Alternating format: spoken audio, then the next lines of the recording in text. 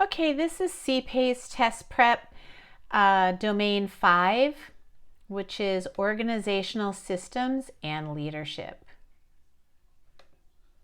All right, labor relations and collective bargaining in California, the history. The Educational Employment Relations Act, or ROTA Act of 1975, gave California public school teachers collective bargaining rights, established an administrative body that became the Public Employment Relations Board, acronym PERB. Labor relations and collective bargaining in California, labor disputes.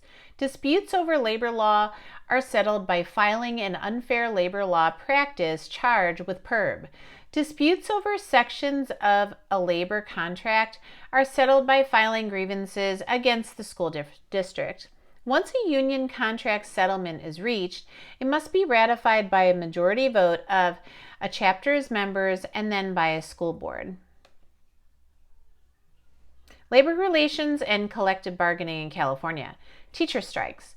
If a state mediator cannot help break any bargaining impasse and non-binding report from a neutral fact finder fails to resolve the crisis, only then can teachers strike.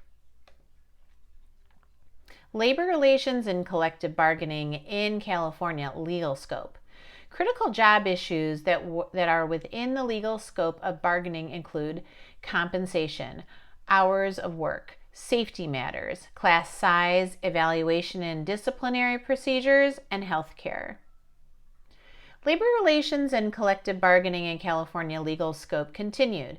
Critical job issues that are within the legal scope of bargaining include access to personal files, preparation time, seniority, transfer rights, a grievance procedure with binding arbitration to settle major disputes, discrimination, job assignments, early retirement. Labor relations and collective bargaining in California limitations. Issues not within the scope of bargaining include a district's staffing needs, the district budget process, matters affecting employees outside the bargaining unit, the timing of layoffs, an advisory committee formed by the employer, access to information unrelated to union representation. Human resource management, services provided. Services provided by the human resources may include, but are not limited to, position classification, organization design analysis, management, salary administration, recruitment, benefits administration education, performance management, employee relations, and staff development. Human resources management, positions description. Writing a good position description is critical. It's a critical component of the HR process. It guides the hiring, training, and evaluation processes. It should address the education, skills, and personality traits necessary to perform the job well. It should provide a blueprint against which actual performance can be measured. It should communicate essential information about the overall organization and how the role fits into that structure. Human resource management importance. HR practices should be designed to be fair and ethical toward all. Good HR practices are the backbone of creating a high-functioning work environment in which employees can thrive. Recruitment, placement, and retention. Attracting highly qualified teachers. Administrators can find and attract quality teachers by working directly with credentialing programs, ensuring that they have a simple, easy to navigate hiring process and offer a competitive salary and benefits package. Important factors in teacher retention include safe, comfortable working conditions and a supportive collegial atmosphere. The ability to participate and have a voice in the decision-making process, and an environment that focuses on student learning where teachers feel that they have a genuine impact. Recruitment, replacement, retention. Who's leaving the profession? Empirical studies find that teachers with these characteristics are more likely to leave the profession, have taught for less than 5 years, are near retirement, are white, teach math or science, have higher measured ability, are female. Advocating for equity and adequacy. Title IX. Title IX of the Education Amendments of 1972 states that no person in the United States shall, on the basis of sex, be included from participation in, be denied the benefits of, or be subjected to discrimination under any education profession or activity receiving federal financial assistance. Advocating for equity and adequacy, Title IX. Although the most well-known application of Title IX regards athletics, there are other protections the law specifically delineates. Transgender students and students who do not conform to sex stereotypes are protected from discrimination. Section 106.40, so let me correct that. Section 106.40 protects pregnant and parenting students from discrimination based on pregnant status, marital status, or parenthood. Public education rules, regulations, and laws in California. Plyler versus Doe. In Plyler versus Doe, 457 U.S. 202, 1982, the U.S. Supreme Court held that a Texas statute that denied public education enrollment and withheld state funds from local school districts for children legally admitted to the United States was unconstitutional because it violated the Equal Protection Clause of the 14th Amendment to the U.S. Constitution, which protects any person, not just any citizen. Again, that's 457 U.S. 202, 1982. Because the Plyler decision applies to every state and is still valid, the same test of constitutionality applies to any state law that conditions California school attendance on citizenship. Public education rules, regulation, and laws in California. Prop 187. In 1994, California voters enacted Prop 187, which placed severe restrictions on benefits provided to illegal immigrants. This proposition was challenged in court and determined to be unconstitutional and unenforceable based on the Plyler case. Public education rules, regulations, and laws in California. Welfare Reform Act of 1996, the year I got my first teacher certification. Yay! The Personal Responsibility and Work Opportunity Reconciliation Act of 1996 addressed the provision of public services to immigrants. Certain public health and welfare benefits are denied to aliens who are not qualified under the terms of the Act. This prohibition does not extend to basic public education. Public education rules and regulations and laws in California. Gun-Free Schools Act of 1994, the GFSA. The Gun-Free Schools Act of 1994, GFSA, mandates that students who bring a firearm to school be expelled for a period of not less than 1 year. Public education rules, regulations, and laws in California. Safe School Act, SSA.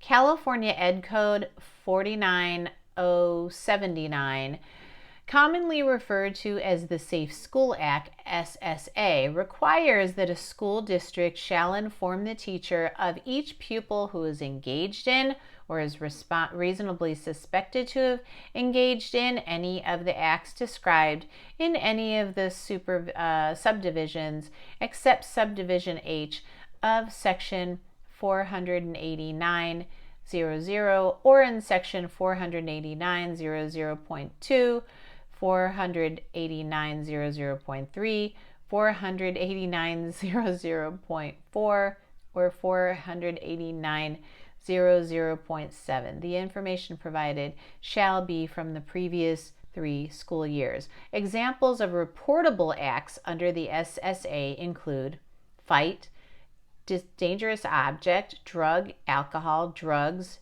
look-alike, extortion, robbery, property damage, graffiti, stealing, caused or attempted, profanity, habitual and vulgar, drug paraphernalia, disruption, defiance, stolen property, received or possessed, imitation, firearm, harassment, sexual assault, harassment of a witness, hazing, engagement or attempt, bullying, inflict physical injury, sexual harassment, hate, violence, harassment, and threats, terroristic. Okay, school finance in California, the state budget. State spending on public schools comes almost entirely from the state's general fund and is the largest program in the state budget, receiving more than 40% of the state's general fund resources. Overall, spending for California public schools is about $68 billion, including both federal funds and other funding sources. The state budget directs how education funds are to be spent, but at the local level, budgets and fund allocations are set by school boards. School finance in California, Proposition 13. Proposition 13 was an initiative by which California voters amended the Constitution of California in 1978. It decreased property taxes by assessing property values at their 1975 values.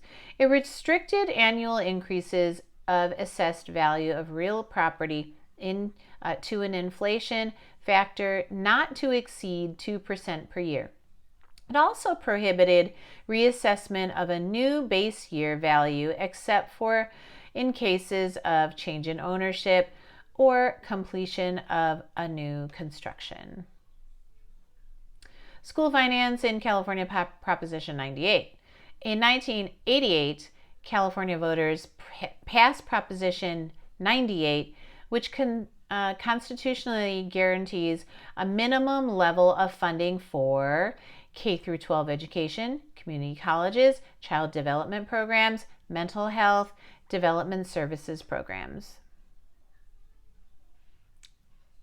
Allocating funds, Title I. Title I, Part A of the Elementary and Secondary Education Act, ESSEA, provides federal funding to schools so they can help disadvantaged children meet high academic standards. This appropriation does not provide enough money to serve all eligible children, so local education agencies, LEAs, must concentrate the funds in schools with the highest percentages of poverty. Allocating funds, Title I. Funds may not be provided to schools based solely on academic need. Poverty is the determining factor of funds allocation. The criteria most commonly used to determine poverty is the number of free and reduced price lunch, so FRPL students, and free and reduced lunch has now been extended indefinitely due to the pandemic. Allocating funds, Title I. Schools are sorted by poverty bands that must be used in prioritizing the allocation of funds. Band 1, schools with greater than 75% poverty must be served. Band 2, schools above the district average may be served. Band 3, schools below the district average but above 35% poverty may be served. Since districts must ensure that each eligible school receives enough money to make an impact, it is possible that not all eligible schools will receive funds. Budget planning, the basics. A few basic realities govern the budgeting process for school districts in California, including the following. Revenues are largely determined by the state based on the number of students who attend school each day. Personnel costs dominate district expenditure decisions. Districts are expected to remain fiscally solvent, and budget development is an ongoing public process. Safeguarding financial operations. Financial controls. Financial controls help school administrators evaluate the use of financial resources and safeguard against fraudulent, wasteful, or simply ineffective use of funds. These controls typically fall into two major categories: internal control and financial audits. Safeguarding financial operations. Internal control. Internal control involves establishing protocols to safeguard assets and verify that accounting data is reliable and accurate. The characteristic of effective internal control include: there should be a clear and formal organizational structure. Each division should have a distinct account that can be tracked separately. No single individual should completely control all phases of any important transaction, and the personnel tracking and recording assets should be separate from those handling the assets. Systems should be designed to reconcile assets throughout the allocation process, such as errors or discrepancies by one employee or division will be caught by the next entity involved. Safeguarding financial operations, financial audits. In a financial audit, an independent appraiser examines a school district's accounting, financial, and operational systems. Audits typically take one of two forms: an external audit and an internal audit. Laws and policies and procedures, technology. Federal Children's Internet Protections Act, CIPA, the Children's Internal Protection Act, CIPA, enacted by Congress in 2000 as a part of the Consolidated Appropriations Act, provides three different types of funding: aid to elementary and secondary schools, Library Services and Technologies Act, LSTA, grants to states for support of public libraries, the E-rate program that provides technology discounts to schools and public libraries. CIPA requires public libraries that participate in the LSTA and E-rate programs to certify that they are using filtering software to prevent minors from viewing obscenity, child pornography, or other harmful material on the facility's computers. Laws, policies, and procedures, technology. Federal Children's Internet Protections Act, CIPA. Schools subject to CIPA have two additional certification requirements. Their internet safety policies must include monitoring the online activities of minors.